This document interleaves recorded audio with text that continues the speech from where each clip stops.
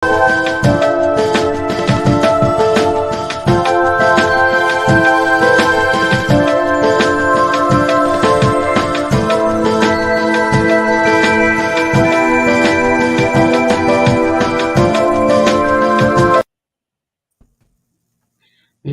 عەزیز و خۆشەویست، جوانترین و گەرمترین سڵاوی بەڕێوەبەرانی تەلەڤیزیۆنی پەرتۆ، تەلەڤیزیۆنی حیزبی حکمەتیستان پێشکەش لە خزمەتتانان بۆ پێشکەشکردنی بەرنامەی و هەوتوی تەلەڤیزیۆنی پەرتۆ. لەم بەشە لە بەرنامە داواتمان کردووە لە هاوڕێیانی کۆمیتەی کوردستانی حیزبی حکمەتیست سەعید یەگانە، ساڵحی سەرداری، هومانی گودازگەر میزگردێک تەشکیل دەدەین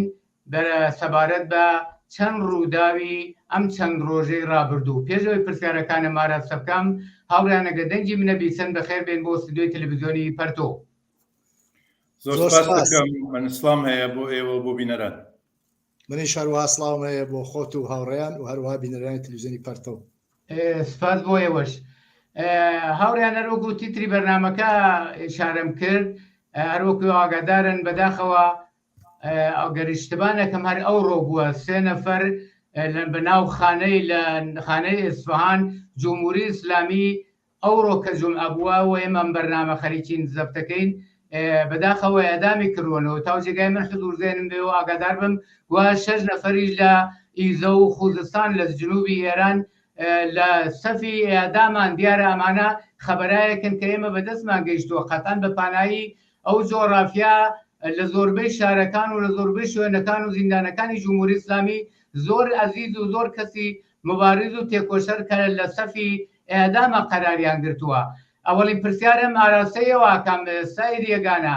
جمهوری ئیسلامی ئەم ماشێنی کوشت و کوشتار و جەنایەتەی لەم ڕۆژانەدا لەم چەند ڕۆژەی ئەخیرا حەدادیتر کردووە،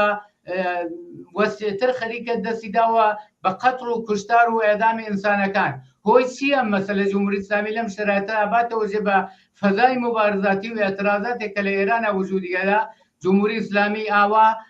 شەلم کوێرم ناپارێزم دەستی کردووە بە ئێدامەکان دووبارە؟ زۆر باشە. خۆ تویش لە قسەکان تا ئیشارەت پێکرد. ئێمە لە چەند مانگ گزشتە شاید تحوڵێک ئینقلابی خیزشی ئینقلابی بووین لە ئێرانە. اعتراضات خیابانی لە کناری اعتصاب و مبارزەی کرێکاران و غیرە و غیرەکە تعرضێک بەسیار وەسیعکریا بە جمهوری ئیسلامی. ژنان لەلایەکەوە عەلەی ئاپارتای جنسی هاتنە خیابان، حجاب سوزانیان کرد لە مەدارسە، کچان لە مەدارسە، هەموو مقدساتی جمهوری ئیسلامیان بەتۆر واقعەنیا ژێرپا لە عەکس خامنەئی، خۆمێنی و فرشتێکی ترۆمانە. لە نەتیجە فەزایکی زۆر ئینقلابی لە ئێرانە بە وجووها جمهوری ئیسلامی هەمەجان بە تحت فشار قەراری گرتووە. تعرضێک وەسیع بە هەموو بە ئیسلاجانمەکان جمهوری ئیسلامی کراوە لەلایەن کرێکار، لەلایەن زەحمەتکێش، لەلایەن جوانانەوە، لەلایەن ژنانەوە و جمهوری ئیسلامی گەریکێ بەم شێوە تەقاز بگرێتەوە لە مردم.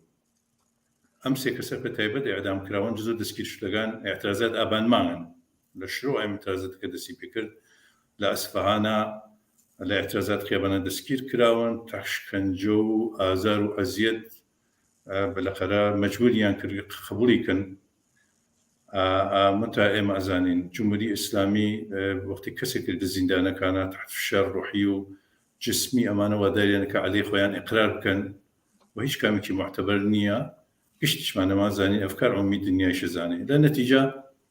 جمهوری ئیسلامی لە مقابل ئێعتراز و ناڕزایەتی مردمەوە، لە مقابل تعرضێکەوە کە بە هەموو جانبەی ئەم ڕژیمە دەستیان پێکردووە، جمهوری ئیسلامی بەم شێوە بە ئێعدام، بە گرتن، بە دەستگیری، بە شکنجە، بە هەمووی ئەمانە گەرەکیە بالاخره ئەم ئاعترازات و ناڕزایەتی و ئەم خیزش ئینقلابی کە دەستی پێکردووە بیشکێنێ، ڕۆحیە مردم زەعیف کە، مردم وادارکە بە عەقبنشینی و دەست لە ئاعتراز و مبارزە بکێشن. ئەمە هەدەف جمهوری ئیسلامیە و لەمە ئەعدامگەریشە دەقیقەن هەرەمە دەفەت تاقیبەکە لە گرتن فعالین، کرێکاری، ژنان، جوانان، مەجموعەیانە هەر ئەمانە تاقیبە گەرەکیە بە ئیجاد فەزای ئەرعاب و وحشەت لە جامعە، بە ئێعدامکردن، بە گیربووبەند و مەجموعەی ئەمانە بالاخره ئەو ورەی بەرز ئینقلابی لە جامعە لەلایەن ژنان و جوانان و کرێکارانەوە بشکێنێ و مردم وادار بە عەقبنشینی کە دەست لە مبارزە و ئێعتراز بگرن. منتها خۆ جمهوری ئیسلامی 23 ساڵە خەریکە مەسا قەتعەن مەوەفەق ناوێت، عەلارغم ئەم گشتە سەرکوب و ئختناق و ئەرعاب کە جمهوری ئیسلامی خستەڕیا هەر ئەو جامعە بینین ئەجۆشێ اعتراضات معلمان بگرە، اعتصاب کرێکاران بگرە، اعتراضات ژنان على رغم فشار جمهوری ئیسلامی هەمە جانبە بەتوە دەستکاگر سەرکوبی و عەلەی ژنان منتها ژنان هەر محکەم وێساگن بێڕووسەری لە فرێک لۆ شۆنانەکە محل هاتووشوە حزور پێیاکەن کۆڵ نادەن بۆ مبارزە ئێداماتەن لە نەتیجە من تەسەوڕ بۆ نییە جمهوری ئیسلامی بەمارە باشتر بتوانێت موفق بێت. زۆر سپاس بۆ تەوزیحەکانە دەگەڕم وەلایەوە. ساڵی سەرداری هەروەکو ئاگاداری جمهوری ئیسلامی ئەمە تەنیام دەورە نەبووە کە ئەدامی کردووە لە تەی 43 ساڵ حاکمیەتی بە خوێنڕشتن و کوشتار و قەتڵ و جەنایەت و ئەدام و سەنگسەر تا ئەمڕۆکە ئیدامەی حیاتی خۆی داوە و بەتایبەت لەم شەراتەیە کە لەولاوە ئەبینێ وەزیەتی کۆمەلگا دشت بە خودی جمهوری ئیسلامی ئاگری لەژێر پای جمهوری ئیسلامیە کردووەتەوە و داغی کردووە و وەحشەتی خستۆتە دڵ سەرانی جمهوری ئیسلامی دیارە ڕەوتی جەنایەت و کوشتارەکەی زۆرتر کردووە. پرسیارەکەی من لەگەڵ لە ئێوەوەدا ڕێگای مقابلەکردن و هەوساردان لە دەمی جمهوری و مەسئولینی جمهوری ئیسلامی بۆ پێشگرتن بەم جەنایەت و قەتڵ و کوشتارە چییە و چه انتظارێک لە کۆمەلگا دەڕواکە دیارە جمهوری ئیسلامی وەکتم 43 ساڵ ئەدامی خۆیەکە قەتعەن ڕۆژێکی تریش لە قودرەتا بێ ئێدامەیەدا تەوهمی نییە دەبێت چۆن پێشی پێ بگیرێ و دەبێت چ بکرێت. بەڵێ من پێش لە هەموو شتێک سەرخۆشی خۆم ئاراستەی خانەوادەی ئەو سێ کەسە و ئیمڕۆ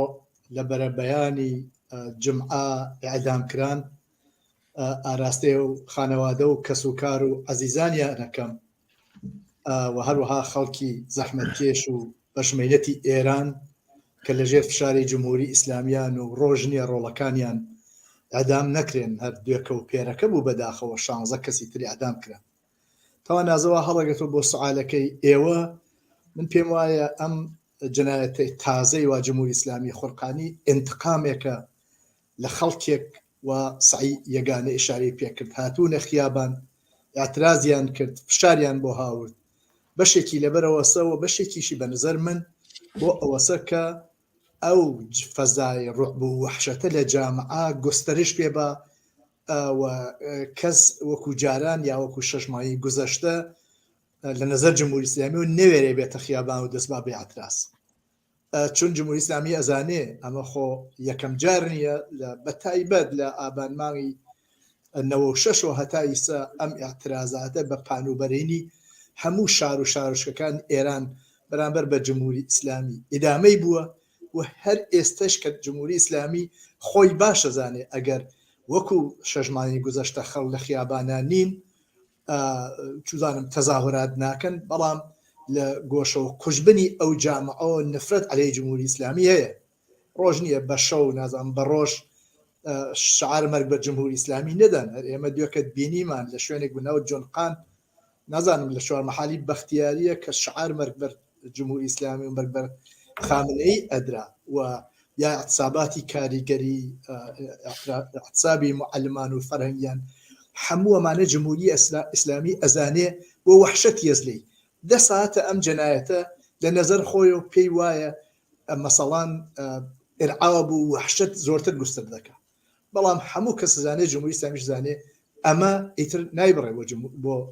جمهوری ئیسلامی بۆ خەڵک تەسلیمیان گرووە یعنی ڕێگەیەک نەماوەسەوە بۆ خەڵکی کرێکار و زەحمەت کێش بەرامبەر بە جمهوری ئیسلامی کە مەسەڵەن ئارامشێکیان بێدەنگ بن چون خەریک بەشێ زۆری خەریکە لە برسا ئەمرێ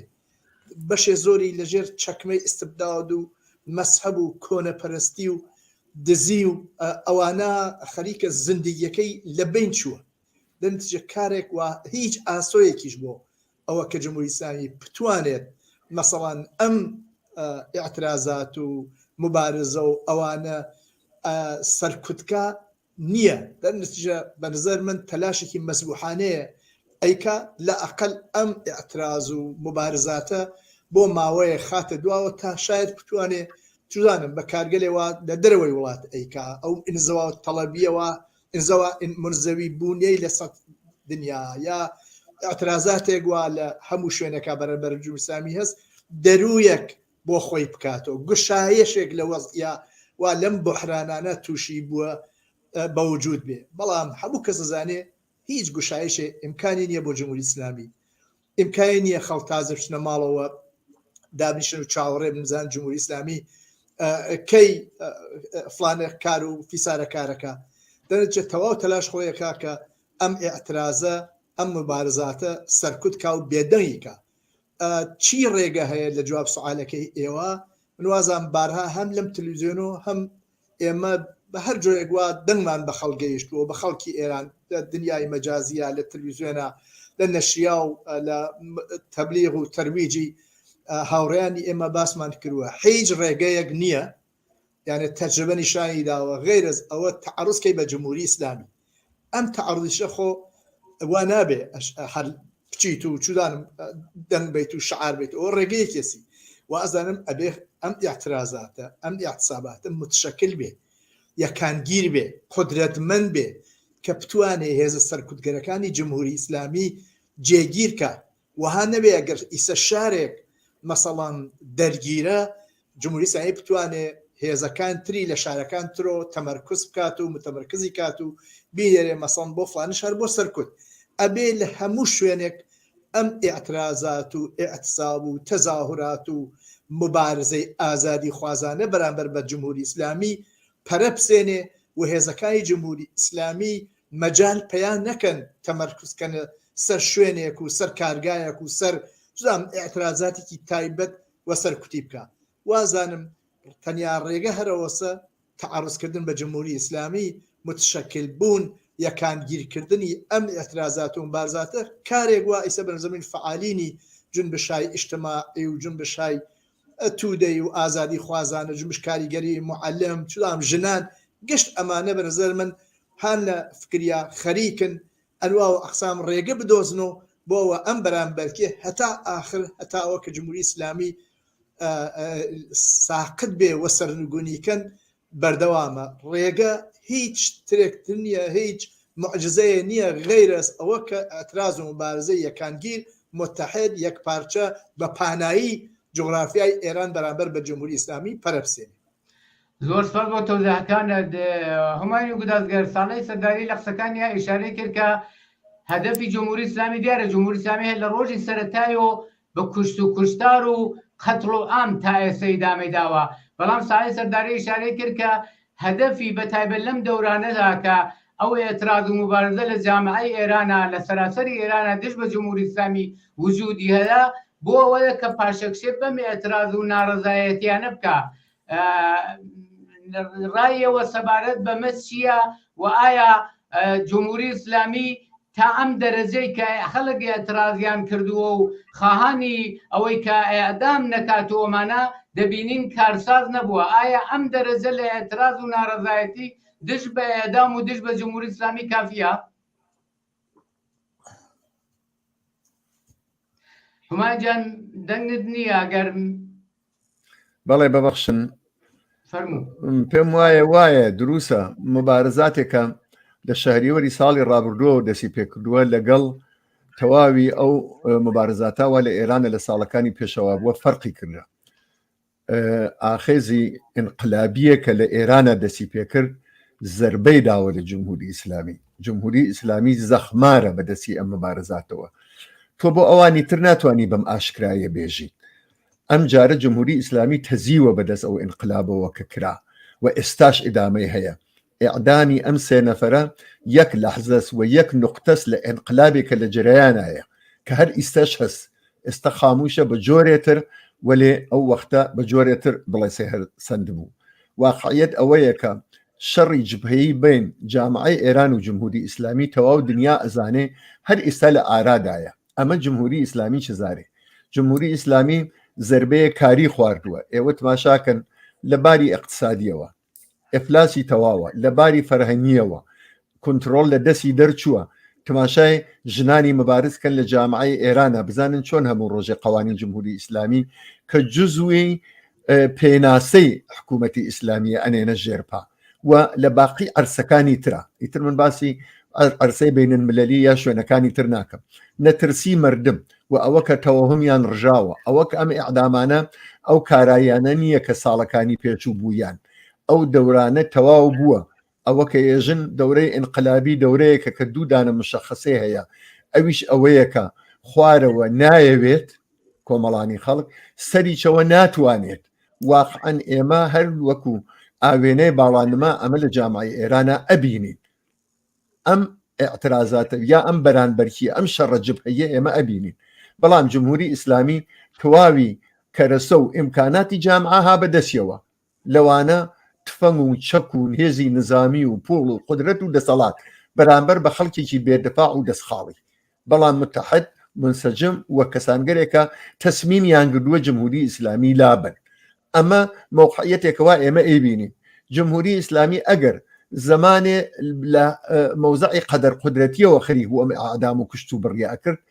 بە نەزەری ئێمە ئێستا لە موقعی زەحفا خەریکە ئەم کاراکە ئێستا هیچ ئەسلحەیەتری بەدەستەوە نەماوە نە ناردنی مەلا و فەقێ بۆ دێهات و شار کە ڕۆزە بخوێن و دڵی خەڵک بەجێ بێرن نەسی نەزەنی و نازانم لە شەڕی ئێران و عێراق ئێمە ئەو نەکوشتەماندا و جانبازان قاتە بەر بۆ ئەوەکە جامعە بە نەفعی خۆی هەڵگەڕێنێتەوە نە محەڕەم و نە هیچ شتێکی تر ئێستای تر جمهوری ئیسلامی نەجات نادا هەل لەبەر خاتر ئەوەیە کە دەسیدا بە کوشتاری ڕوت و بە ئیعدامی جوانان لە جامعی ئێرانە جا ئەمە خۆی خەسیسەی ئەم دەورانەیە جنبشێکی ئیجتماعی وا هاتووە سەمەیان بەرامبەر بە جمهوری ئیسلامی زۆر پایدارە ئەوە کە ئیسە لە خیابانانی و یاستبیتێتە خیابان و ئەمانە وەسفی حاڵی ناکات زۆر ئیجتماعیەوە زۆر ڕیشەدارە ئەمە جمهوری ئیسلامی ئەزانێت هەر بۆیە تەنانەت لە ناو ڕیزی هێزەکانی هێزی سەرکوتگەری تا بگەیە بە مەجلیسی تا بگەیە بە مەجلسی خبرەگانی تا بگا بە باقی دام و دەستگای خراپە و مەسەبی لە تەواوی حوزە علمیەکانیە تا ئایەتوڵڵاکانی تەنانەت جەماعەتی هەڵگەڕاون سۆ لە خۆیان و خەریکن ئێژن خەریکی ئێمە هەمومان غەرقەبین ئەبێ چارەیە بدۆزینەوە ئەبێ ئیعدام ئاوا بێ ئەبێ تۆزێ شلیکەین بەرامبەر بە حیجاب ئەیانەوێ کە بڵێن ئیتر حجاب جورمە بەڵکە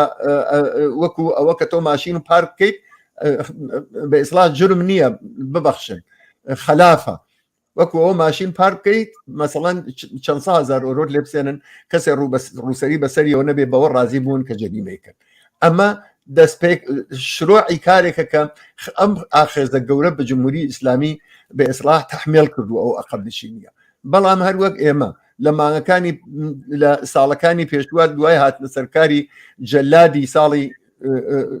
کوشتاری دەهەیە 60 ڕئیسی وتمان جمهوری ئیسلامی ئاخرین تیری خۆی یا ئاخرین کارتی خۆی کە عیبارەتە لە جەنایەت کارترین مۆرەکانی هاوردەمەیان و دەوڵەتێکی تەشکیللا لە نظامیەکان لە سەرکوتگەرانی 43 ساڵی ڕابردوو و ئەوەی کە پێیان ئەوەتی یەکدەسەوە بووە ئەوە وابوو ئەوە وەها بوو کە ئاخرین تیری خۆی هاورد و ئەوە بەرامبەر بە جامعی ئێران دایناوە کە ئەیبینین لە دنیا تۆ کشوەرێ نابینی کە لە هێزی نظامی خۆی لە قدرەتی نظامی خۆی تەنیا بەرامبەر بە شەهروەندانی خۆی ئیسفادەکە و قەتڵ عامیان کە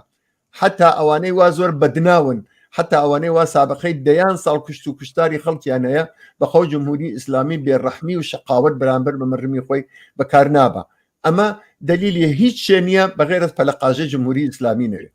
بۆ ئەمە بەرامبەر بە ئەمە چی بکرێت جەماوەری مردم لە ئێرانە لە ئێمە باشترە زانن هەر ئەوانەوە لە نەترسانە ئەچنە بەرزیندانی ئوین و ئەچنە بەرزیندانی دەستگرد و هەر ئەوانەوە لە شارێکی ئەکباتانە مەرگ بەرخامنەی ئەکەن هەموو شەوێ هەر ئەوانە ڕێگەیان نیشانداوە ئاگری ژێری خاکستەرە جامعی ئێران و تەنیا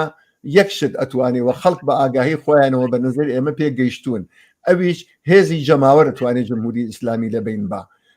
ئەم خوداگاهیە بە خۆشیەوە لە ناو جامعی ئێرانە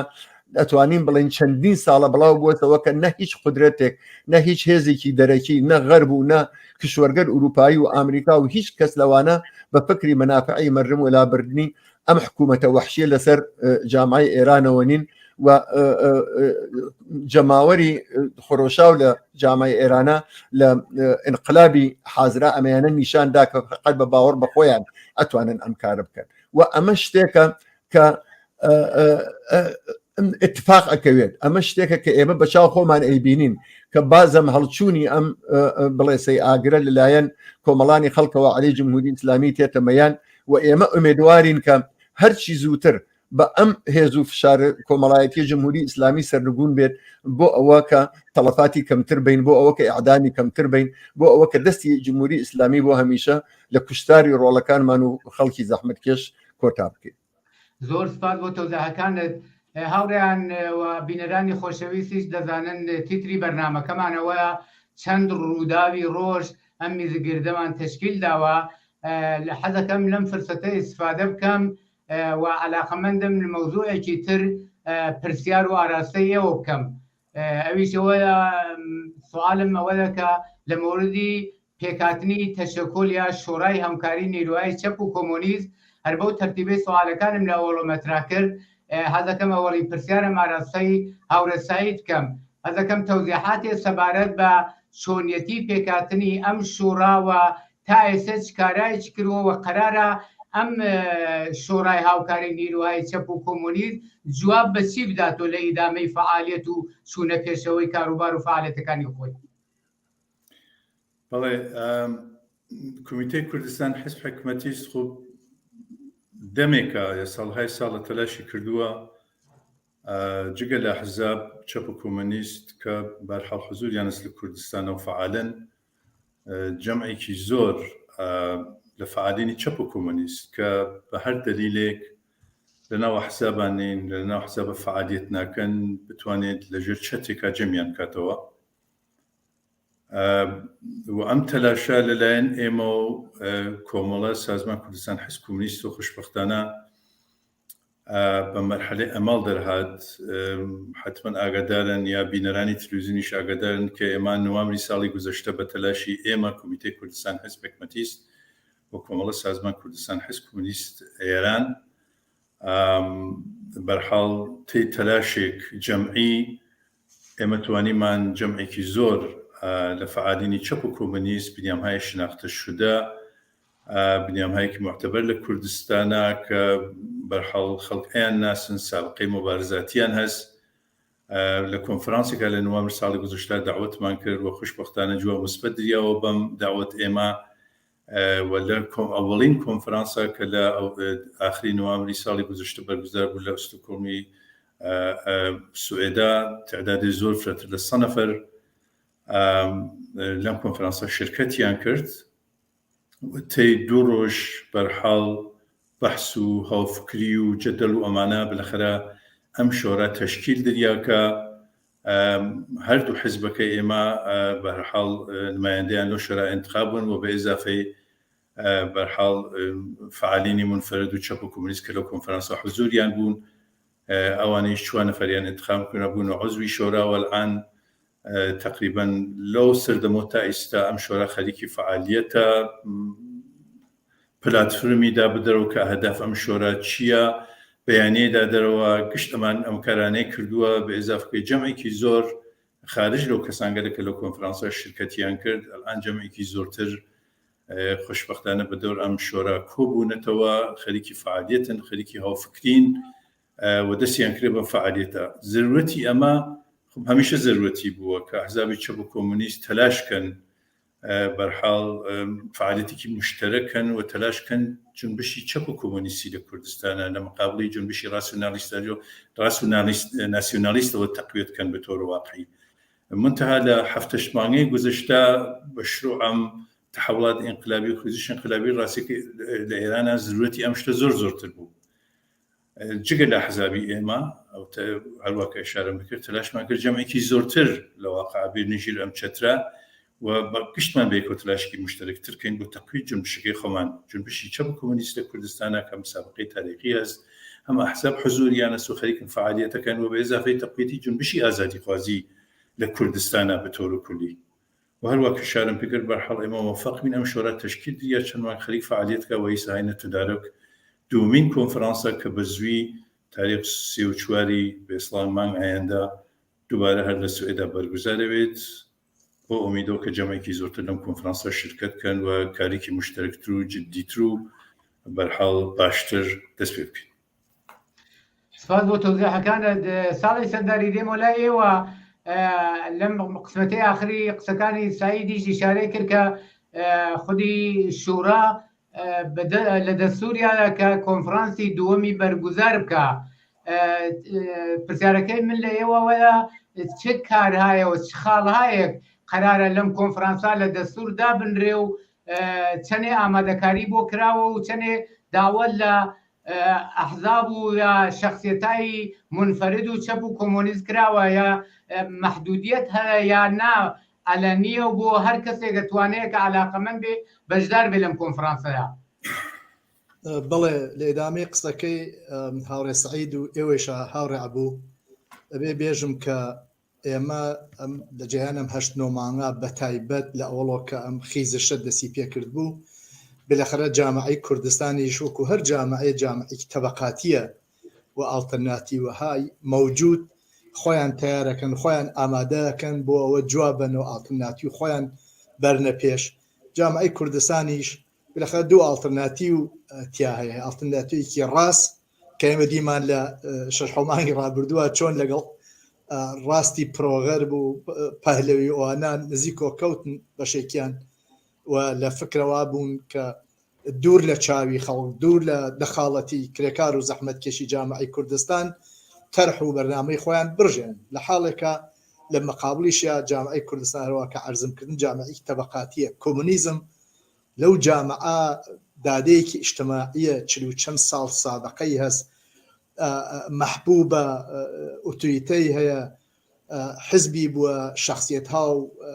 ئینسانهای خۆشنا و محبوبی ئەو جامعەی هەیە، بۆیە بۆ جوابدانەوە لایەن بەرەی چەپ و کۆمونیستیشۆ ئەم تەلاش کرا هەروە کە هاوڕێ سەعید یەگانە باسی کرد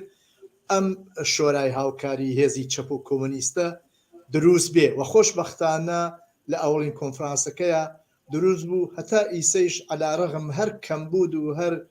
کەمکاریە گواوبێتی بەڵام بەنظر من کارگەلێکی زۆر باشی کردووە، زۆر مثبت ئەرزیابیە کرێ لایەن دەنگی داوەسۆ خەڵک خۆشحاڵن پێی فعالین سیاسی و چەپ و کۆمونیست خۆشحاڵن بە ئەمە دوای ماوەیەک دابڕان و تەشەتت لە سوفی چەپ و کۆمونیستەکانە. ئەم ئەقدامێکی مثبت بووە بەڵام قەتعەن کافی نییە و لە ئێمە ئیدامەی ئەو مەجموعە کارە ئەو مەجموع ئەسناداوە کردمان گەرەکمانە لە 3 و 4 مانگی ئایەندا یانە 2 هەفتەی تر کۆنفرانسی دووەمی خۆی ببەسێ و جارێکی تر ئەو هێزانەوە هەنەوێ ئەو ئەعزا و حتا کەسانێک حتا ئۆزونین بەڵام مادام بیانەوێ بێن ئەتوان شرکتکەن بەشدار بن شەریک بن لەو وەسئیەتە و جارێکی تر ئێمە چایە بخشین بە کاروباری و فعالیت خۆمانە کەمبودەکانمان ببینین نقطە قوتەکانمان تەقویەتکەین و بۆ ئەوە ئێمە چەند شتمان ناوەسە دەستور خۆمان وەکو بۆ کۆنفرانسەکە یەکیەوەسەکە ئەوزاعێک سیاسی وا هەیە لە ئێران و لە کوردستانە چۆنەی بینین هێزەکان چۆنن تەرازوی تەناسب قوا چۆنە بین خەڵک و جمهوری ئیسلامی ئالتەرناتیڤ و چەپ و ڕاست جارێکی تر چای پێ بخشێنین و هێزی خۆمان و نیروی خۆمان بۆ جوابدانەوە بە ئەو بەرنامەوە هەستمە چون ئێمە پلاتفرمێک و بەیانەیەکمان سادرکەوە لە ئەی حاڵا سعیمان کردوە لە مەسائلێک وا لە جامعەی کوردستانە گوزەراوە قسەی خۆمان بکەین نەزەر خۆمان بین بۆ چون کۆمونیستەکان بۆ ئەو مەسائلەوە لە جامعەی کوردستانە هاتووەسە بەرەو باسی لێ بکەین دەخاڵەتمان کردووە بۆیە ئەمە یەکێ لە کارەکانمانە جارێکتر ئەوزاع سیاسی کوردستان ئەرزیابی جارێکتر چاوبخشین بەو کاراناوە کردومانە و دواییش قرارەکە مەسەڵەن ئێمە لەسەر حاکمیت شۆرایی خەڵک لە کوردستانە قسە و باسمان بێ حتا ممکنە سەنەدێکمان بێ بیخێنە بەرڕێی ئەو کەسانەوە لەوێ بەشدارە بن. ئێمە ئیطلاعی عەلەنیمان داوە داوەتمان کردووە لە هەر کەسێوە خۆی حەزەکە عەلەنیە بەو شەرتە بێت و ناو بنووسێ و ئێمە ئاگادارکە بۆەوە ئیمکاناتی جێگە و ڕێگە و ئەوانە فراهەم بێ داوایان لێەکەین بن بە عوزوو داوایان لێەکەین بێن بەشداریکەن تەقویەتکەن ئەم جبهە چون بالاخره ئێمە خۆمان زانین بە تایبەت لە 6 مانگی ڕابردووە هەم جمهوری ئیسلامی و هەم ڕاستی جامعە چۆن لە فکر بەند و بەست و سازش و ئەوانە بووە گەرەکیانە خەڵکێوە قرارە لە ئایندەی خۆیانە دەخاڵەتکەن لە سەرنووش خۆیان دەخاڵەتکەن شۆرا تەشکیل بن لە مەدرسە لە کارگا لە محل کار محل ژیان بۆ ئەوە ئەگەر خۆیان لەمەیانە بن قەتعەن بازم دەستاوەردەکانیان کەسانێکی تر تێن سواریە بن و ئەیبەن کەما ئینکێ دەیان تەجربە و سەدان تەجربەمان هەست لە ئێران لە منتەقەکە کە زەحمەت و ڕەنج و مبارزە و ئیعتراز کۆمەڵانی خەڵکی کرێکار و زەحمەت کێش کێشاویان و چوزانم زیندانیان کێشاوە و یا ئەوەکو ئەوە ئیمڕۆ باسمان کرد ئەو سێ نەفرە و دەیان سەدان کەس کوژراون بەڵام طبقاتی دارا و بە بەرنامە و بە ئیمکانات و هاتوون سوار ئیعترازی خەڵک بوون بۆ ئەوە کە بالاخره مردم لەمەیانە بن مردم خۆیان دەخاڵەتکەن ئێمە گەرەکمانە ئەم کۆنفەرانسە بگرین و لەو جەهەتە دفاعەکەین وە خەڵکی کرێکار و زەحمەت کێش بە منفعەتی خۆی بگا بە حەق و حقوقی خۆی بگا ئازادی های بەرین ببێ ئازادی تەشەکۆل ئیعتساب نازانم بیمەی بێکاری بەرابەری ژن و پیا و زۆر شتی تر وە جامعەی ئێران و جامعەی کوردستان تینویەتی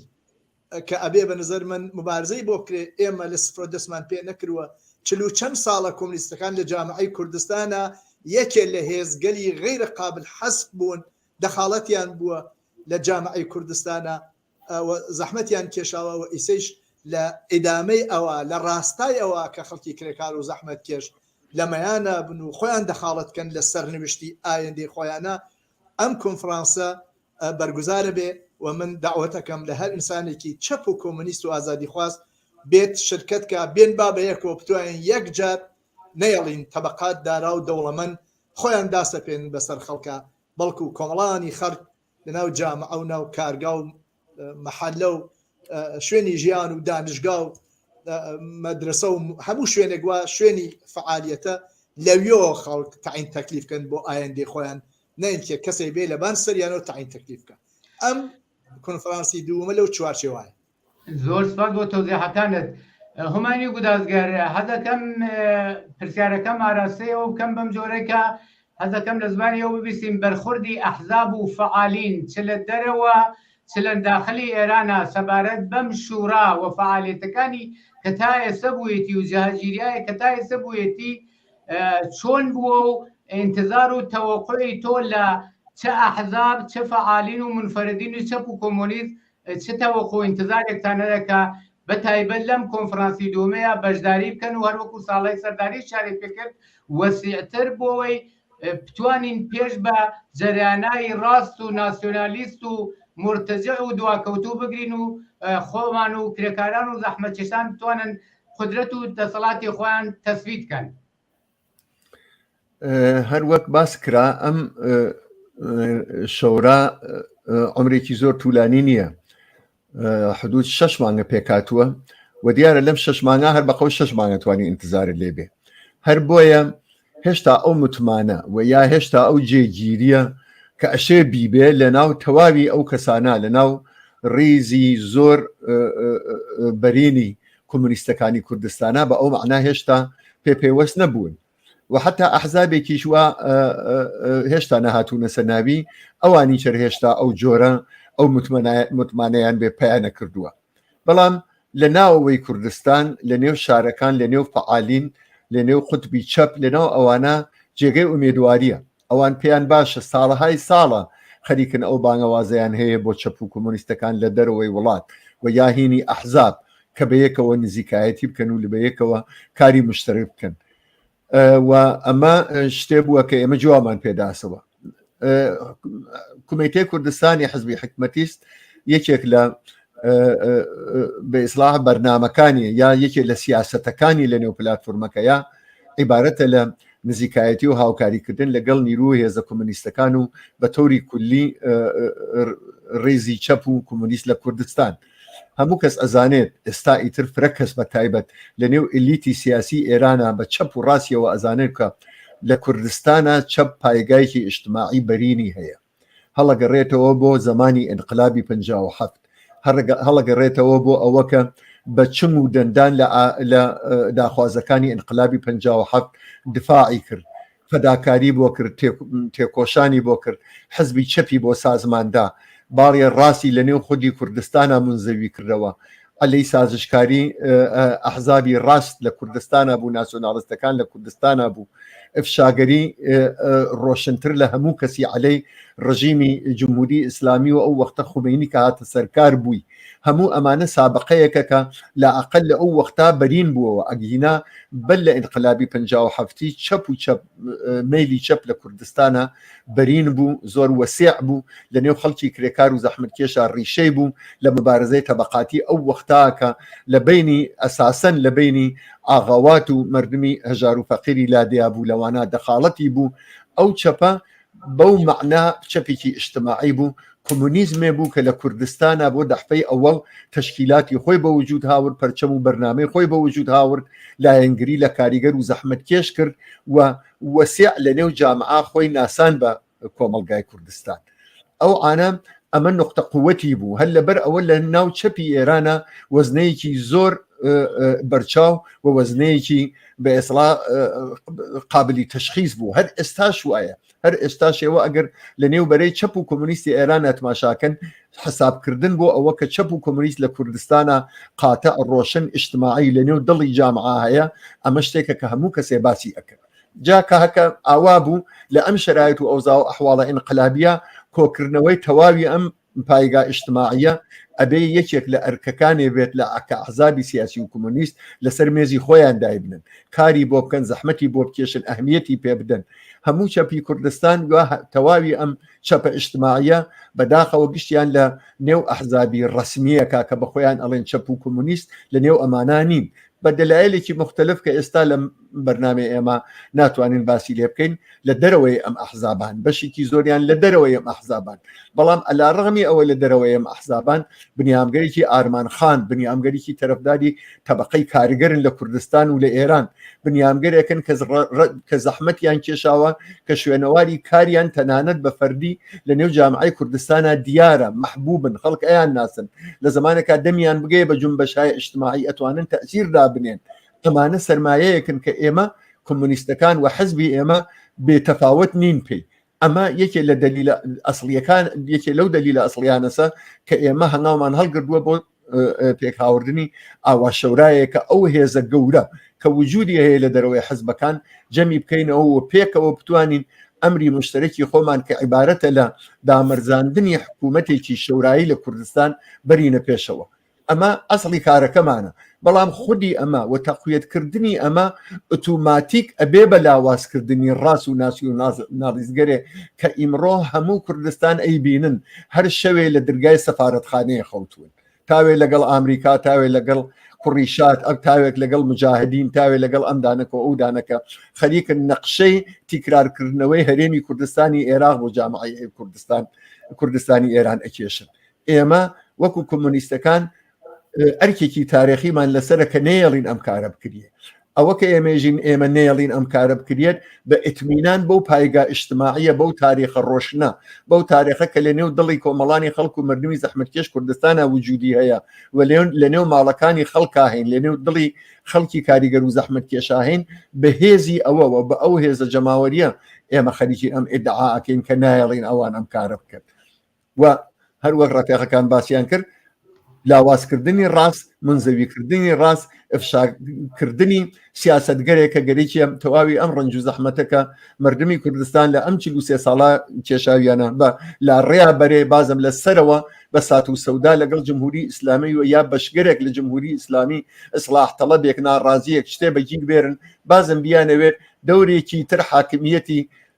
سەرکوتگەرانەی سەرمایەداری و چەوسانەوەی خەڵکی کاریگەر و زەحمەت کێشدا سەپێنن. ئێمە نایەڵین، ئێمە ئەبێ نەیەڵین، ئێمە کۆمونیستەکان و چەپی کوردستان ئەگەر ئەم وەزیفە تاریخیە بۆ خۆمان پێ ئاگاه بین و هەنگاوی بۆ هەڵگرین و لە ڕێگەی شەورایەکی ئاواوە کە ئەتوانێت یەکێک لە ڕێگەکان بێت، قەتعەن هێز و قودرەتی ئەوەمان ئەبێ کە لە ئایندا بەر بە ئەمە بگرین. ئێمە لێمان ڕۆشنە کە ئەم ڕێگا زۆر ئاسان نییە. ڕەقیبمان هەیە، جمهوری ئیسلامیمان هەیە، بازە هێزێکمان هەیە کە لە دەورانهایەکە دەستیان بردە بۆ چەک لە بەرخاتر ئەم حەقانیەتەکە ئێمە ئێژینی هەموو ئەمانە ئەزانین، بەڵام لە بەرامبەریا من پێم وایە ئەم هێزە هێزی چەپ و کۆمەریست لە کوردستانە زۆر قەویە ئەگەر لە بەعزە شتگەرێکی لاوەکی و فەرعی لە ئەمانە بگزەرێت و خۆی متەمەرکز کاتە سەر منافعی خەڵکی کرێکار و زەحمەتکێش لە کوردستانە و تماشای ئایندەی کوردستان دوای جمهوری ئیسلامی بکات و بە ئێعتمادەوە بڵێ ئەم جارە نۆرەی خەڵکی کاریگەر و زەحمەتکێشە کە بڕیار بدەن چۆن زندگییان و چۆن مقدراتی ئایندەی مناڵەکانیان بەڕێوە بچێ من قەتعەن وازانم ئەتوانێ موافق بێت ولی ئێرادەی گەرەکە یەکگرتووی گەرەکە لە بادی سیاسی و بەرچاو ڕۆشنی گەرەکە کە ئەمەمان تا ئەنازەیەکی زۆر هەیە و ئێمە خەریکین تەلاش بۆ ئەم ڕێگاکەین و ئەم کۆنفەرانسیش وا قەرارە بگیرێت بەهەرحاڵ هەڵقەیەکە لە بەرەوپێوی چوون بۆ هەمچنین مەرام و بۆ هەمچین بەرنامەیە. زۆر سپاس بۆ تۆزیحەکانتان. خۆشبەختانە فرسەتمان هەیە حدودی 15 دقەیەکمان وەقت ماوە جهتەکەمان دەگۆڕین هەروەکو لە تیتری بەرنامەکەیە چەند ڕووداوی ڕۆژ هەروەکو ئێوە ئاگادار و بینەرانی خۆشەویستی تەلەڤیزیۆنی پەرتۆش ئاگادارن ئەخیرەن فیلمێک تحتی عنوانی غەریب لە موردی زیندگی ظاهرەن پاسدارێک بە ناوی محەممەدی بروجردی بە کارگەردانی محەممەد حوسێنی لەتیفی لە دەیمانی 1400 حدودی 5 مانگ لەوە پێش دروست کراوە. حەزەکەم ئەم پرسیارەکەم ئاراستەی سعید یێگانە بکەم باتەوە جێبەوەیەوە هەر سێکیشتان کە ئیسار نەزەرەکەن لەو تاریخەیە 58 و 59 فعالین و لاوانی ئەو دەورە لە ئێتراز و مبارزە دژ بە حکوومەتی پادشایی و بە ئیسڵاحی ئینقلابی ئێران و دژ بە جمهوری ئیسلامی نەخش و دەورتان بووە. باتەوە جێبەوەی لەو تاریخەیە بوون سعید یێگانە پرسیارەکەی من لە جەنابتانەوەیە کە چۆنە دوای 43 ساڵ جمهوری ئیسلامی گەڕاوە تۆ بۆ ساڵی 58 و 59 5 مانگ لەوە پێش فیلمێکی ئاوا دروستەکەن هەدەفی چیە و دەیانەوێ چی تاقیب بکەن ئەیانەوێ ئەم کۆمەلگا و ئێتراز و مبارزە کە وجودی بووە تحریفی کەن بیگۆڕن جۆرێتر دەرخواردی خەڵکی بدەن بە چه هەدەفێکە؟ هەدەفەکە زۆر ڕۆشنە تاوجێکە بە جمهوری ئیسلامی ئەوڵان خودی ئەم فیلمە 2 ساعتە حتمما تۆسیاکەم هەموو کەس تماشای کات حقیقەتی ئەوەسە تاوان جەعلە درووە هەروە کە تویش ئشارەت پێ کرد نەقلا 57 کرا جمهوری ئیسلامی لەخرا بە قودرەت گەیشت یا بە قودرەتیان گەیان تەحمیڵیان کرد بە جامعەی ئێران کە هەدەف ئینقلاب 57 لەواقع ئەوە نەبوو و جمهوری ئیسلامی کە لە دەوری کوردستان خەریکی سەخت و زۆر و تەحمیڵ خۆی و لەخرا بگیر و ببند و ئەعدام بوو کوردستان هێشتا بەدەست نیروگەر ئینقلابیە بوو شارسنە بەدەست نیروگەر ئینقلابیە بوو بەدەست مردمەوە بوو کە زندگی خۆیان و ئیدارەی خۆیان بەڕێوە دەبرد و ئەمە بۆ جمهوری ئیسلامی قابل تەحمل نەبوو لە نەتیجە حملەیەکی زۆر وحشیانە کرا بە کوردستان بۆ ئەوەی کە قودرەت لە مردم بسێنێ قودرەت لە نیروگەر ئینقلابی بسێنێت و دەسەڵات ڕەشخۆی بەسەر کوردستانیشا دەسەپێنێت. ئەم فیلمە خۆ کەسێک کە بە دەرەجەیەک زۆر کەمیش حتا ئیطلاعی لە تاریخ تەحوڵات کوردستان ببێ دوای ئینقلاب 57 هەر لە ئەوڵە تۆشەی فیلمەکەکە ئەزانێ کە جەعلە ئەزانێ کە گشتی درووە واقعی نییە و هەدەفی ئەوەسە ئەو تەحوڵە ئینقلابیە ئەو شرایەتە ئینقلابی لە کوردستانە حاکم بوو 180 دەرەجە هەڵگەڕێنەوە تەبیعەتەن جمهوری ئیسلامی کەس باوەڕی پێ ناکات حداقل بۆ هەواداران خۆی بەرحەڵقانەیەکە کە ئەو تەحوڵاتە لە کوردستانە چی بووە. خب لە ئەوڵ فیلمەکەشەوە ئەگەر کەسێک دقەتان کردوێت تواشات کردوێت باسە واکات کە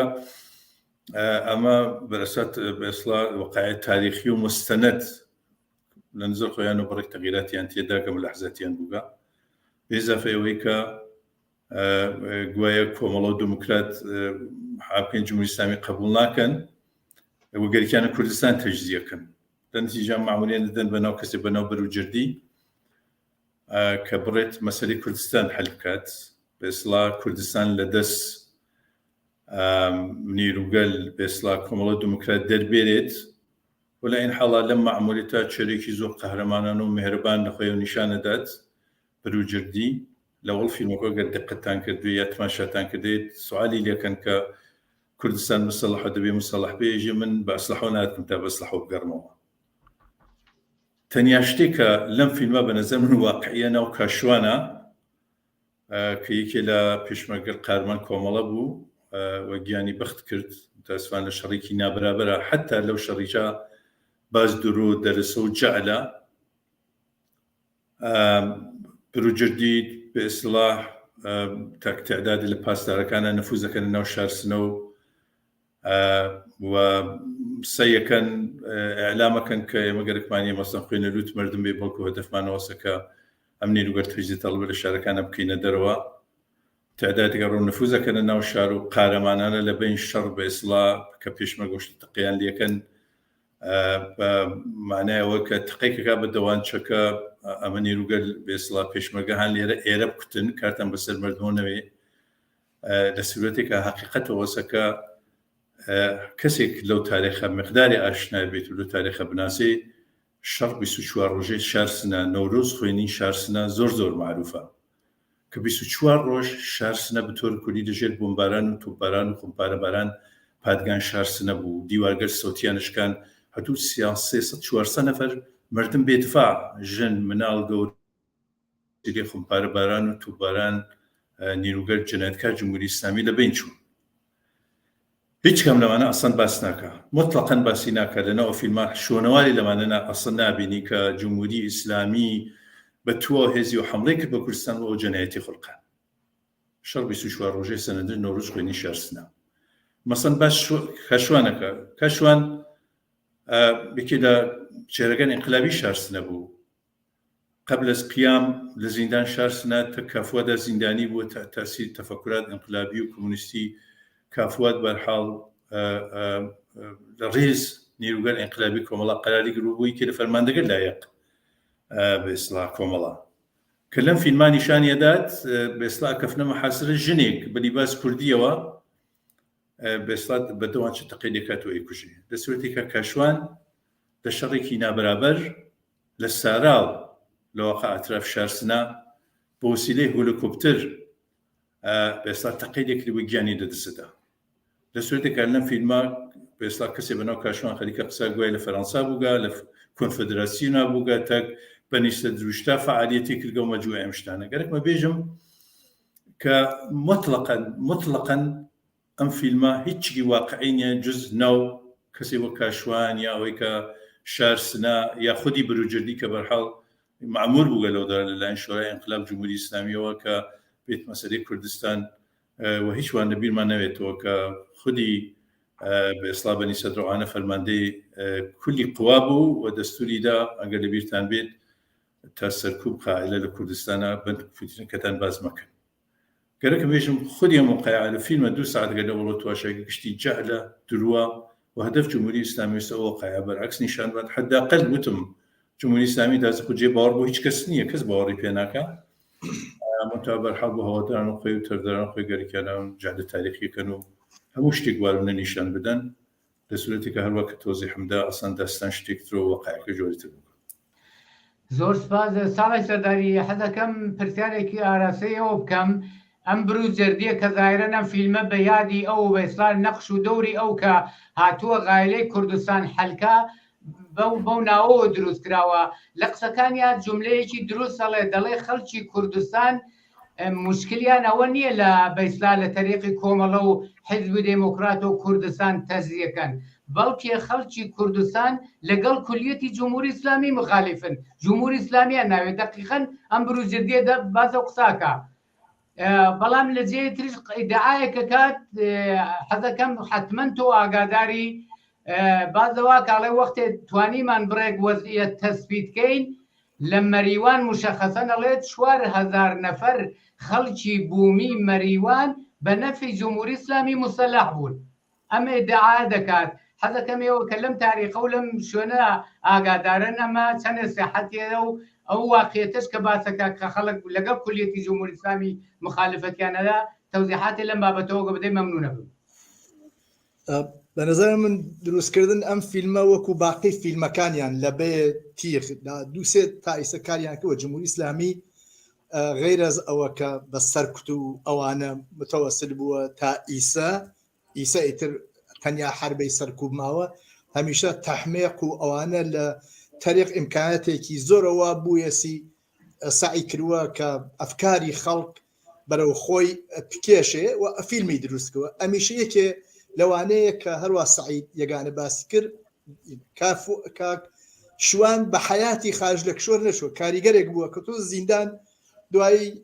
بلەخەرە بوو بە یەکی لە فەرماندەهان لایەق و لە منتەقەی ساڵارە لای باینچەوە ئەوانە لە هەواوە لێیاندا ئەو مەسەڵان یێژن کە ئەوە چوان ناو شارە ئەسیر بوو بە ئەسیری نیشانە دەن و کوشتیانەکە ئەمە هەر کەسێ خەڵکی شاری سنە و ئەوانەیە وا لەو تاریخا بوون ئەزانن ئەمە بە ئاشکرا جەعل یا نیشانە دەن بەروژردی بە تەنیا خۆی بە ماشینێک قوربان لە پادگانەوە هات تا باشگا کە هەرە ناوەڕاست شارسنا ڕۆیشت و چوو باشگایان گرت و فلاشسان ئەمیشە جەعلێکی ترە فیلمەکانی هەیە کە ئەوان 24 ڕۆژ ئەو شارەیان کوتا بەڵام مەوەفەق نەبوون بێنە ناو شار یەک شوێنیشیان بۆ نەگیرا وە خود هێزی پێشمەرگە بوو کە دوایی هەر بە فەرماندەیی هاوڕێ شوان لە منتەقەی باوەڕێز و ئەوانە عەقەدشتیان کرد بێت تەلەفات هاتە منتەقەی سارا لە نتیجە تەواوی جەعلە ئەم بروجردیەوە ئاوا مەسانگەیەکیانە چێرەیەکی ئینسانی و قوربان بێچەک ئەمە درۆیە ئەمە جنایەتکارێ بوو وەکو جنایەت فەرماندەی تیپی 110 بروجردی بوو کە تیپەکەی من لە بیرمە لە شەڕێکا لە شلێرە ئاسنتیاچوو خۆی لە شەڕێکا کەوتە کەمین هەر فەرماندە بوو مسلح بوو یەکێ لە جانیان جمهوری ئیسلامی بوو لە بین مەهاباد بۆ شنەویە خۆی تیاچوو تیپێکیشی کە دوایی هەر بە شوێنیان ماوە و تیپێکی بریتی بوون لە نیوەیەکی زوبدە کارامە و نازام لە قەڵخوان فلانانە کوفسارە کرد بە وەسیلەی واحدێک لە کۆمەڵە لە بان دوو پلورەوە ئەم دیویشت لێرە تارومار بوو ئەو من لە بیرمە جوان فریان کوژیان و باقیشان ڕایان کرد و چەند کەسیان ئەسیر بوون لە مەقابڵ هێزی پێشمەرگەی کۆمەڵی ئەو وەختا یا ئەو کە گوایە لە مەریوانە ئەوە تۆش سوعارێکە 400 من ئەتوانم بە ناو بێژم کێوکێ هین بوون بە ئیسلاح جاش بوون چەند خانەوادەی مشخص بوون من و هوماین کە ئیسە لێرەیە و تعدادێکی تر وا لەو سەردەما بووین ئەتوانم بە ناو نیشان بێژینی نەگەیە 100 کەس کە ئیسە ئەوان یێژن 4000 کەس اتفاقاً لەگەڵ ئەی ئەگەر وایە ئەی ئەو شارە بۆچی بە عنوانی احتراس بە جمهوری ئیسلامی کۆچی کرد لە مەقابڵ جمهوری ئیسلامیە ئەم 4000 کەسە لەکوێ بوو خۆ خەڵک ئەو شارە 10000 نەفەر بوو هەمووی کۆچی کرد لە تەقابل لەگەڵ جمهوری ئیسلامیە و جمهوری ئیسلامی وادار کرد بە عەقەبنشینی خاستەکان خۆی پێ تەحمیل کرد کۆچی مەریوان بە جمهوری ئیسلامی بە ئەشراقی بە لاهوتی بە نازان دەیان مەلاو مەسئولی جمهوری ئیسلامی هاتن بۆیە بە نظر من دروستکردن ئەم فیلمانە ناتوانێت کۆمەکە بە جمهوری ئیسلامی و ئەوە کە جێپێ جمهوری ئیسلامی لە کوردستانە ها بەسەر دەریایەک لە ڕق و تووڕەیی کۆمەڵانی بەرینی خەڵک کە لە 44 ساڵ ڕابردووە لەژێر ستەم و هەڵاواردن و سەرکوت و زیندانی و هیچ خانەوادەیە من ناناسم لە کوردستانە ڕاستیکەی کەمترین خانەوادە زیا کوڕی نەکوژیابێ کچی نەکوژیابێ زیندان ڕۆیش بێ نەڕۆیش بێ تەبعید نەکرابێ دەرنەکرابێ ئەخراج نەکرابێ لە کار ماڵی بەر تۆپ و خۆمپارە ئەوانە نەکەوت بێ ئەمە شتێکە کە خودە سەران جمهوری ئیسلامی بە تایبەت ئالەم سەردەما لە ساڵ 96 بەملاوە مرتب خەریکنم کارە بکەن هەر بۆیە مەسەڵ ئەنواع و ئەقسام مەسەڵ تەنیا فیلم نییە 2 ساڵەوە بەرهاتن مزدورانی مەحەلی کە خەڵکیان ئەڵێن جاشەکانیان کۆ کردو دڵنەواییاندا چون ئەزانن خەڵک ڕقی هەست گرێکێ بێسە بەرامبەر بە جمهوری ئیسلامی و تەلاشەکە بۆیە ئەم فیلمە و فیلمەکان تر و کۆنگرەی بۆ نازانم فلان و هاتن مەسوور سپای پازان و ئژەیی و ئەمانە گشتی لە چوارچێوەی بە دەست هاوردنی دڵی خەڵکی کوردستانە بەڵام هەچێ کەسە ئەزانێ نەتەنیا دڵی خەڵکیان بە دەست ناتووە بەڵکو میزانی ڕق و تووڕەیی بەرامبەر بە جمهوری ئیسلامی لایەن خەڵکی کرێکار و زەحمەتکێش لە کوردستانە دەیان و سەدان بەرامبەر بووە بۆیە ئەم شتانە ناتوانێت فریای جمهوری ئیسلامی بکەی ئەم نەوعە لە فیلم زۆر سپاس هومانی گودازگەر 3 دقیقە وەختمان ماوە ئەگەر لەوە بە تۆ خاترەیەک یا ئیتفاقی یا جەریانێک کە تۆ ئاگاداربی سەبارەت بە میدانە جمهوری ئیسلامی باسکەی فەرموو من لە سەدەیقا ناتوانم خااترەی 40 ساڵم بارزێ خۆمین کەم ڕەفە هاوڕێ ئەبوو بەڵام منیش وەکو هاوڕێیان وتیان یەک شت فقط ئیزافەکەم لەم وەختە کورد ئێوە ئەویشەوەیە من پێم وایە جمهوری ئیسلامی ئەم نەوعەکارانە ئەساسن بۆ دەرەوەی کوردستانەکە لە ناوەوەی کوردستان لە خودی کوردستان مردم پێکەنن هەر ئەم فیلمە لە شاری سنە زیاتر مردم ئفشای ئەکەن تا حتا لە ئەوانەوە هاونەسڵەکانی ئێمن وهانە ناو ئەحزابی سیاسیە جمهوری ئیسلامی یەکێک لە شتەکانی وا سەرمایە گوزاری لەسەر کرد ئەویش ئەم جۆرە پرۆپاگەندانە بوو کە لە عەرسەی فەرهەنگیا لە عەرسەی فیلمە موزیکە نازانم زۆر شتی ترە گەرەکی بوو لە کوردستانە بەعزە کارکەرێکا کە دڵ مردم بەجێبێرێ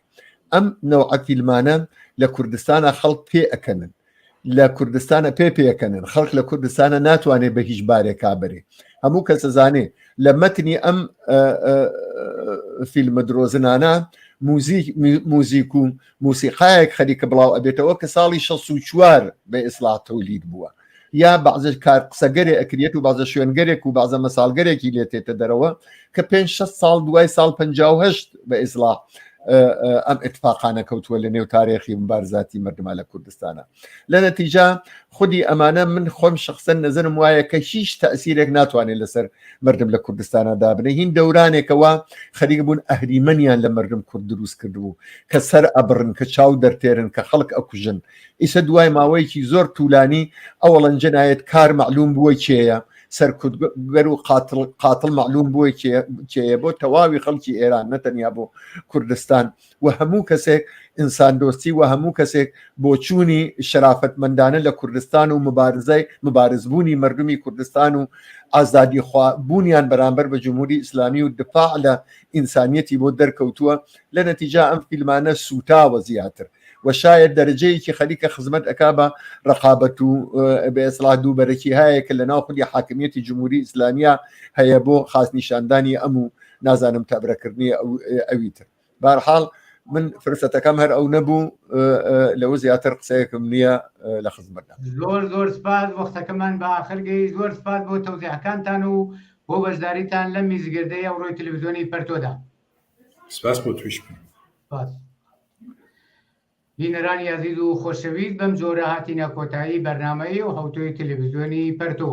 لە هەر شوێهان ساخی و سڵامەتیتان ئارەزوومانە شاد و سەرکەوتوو بن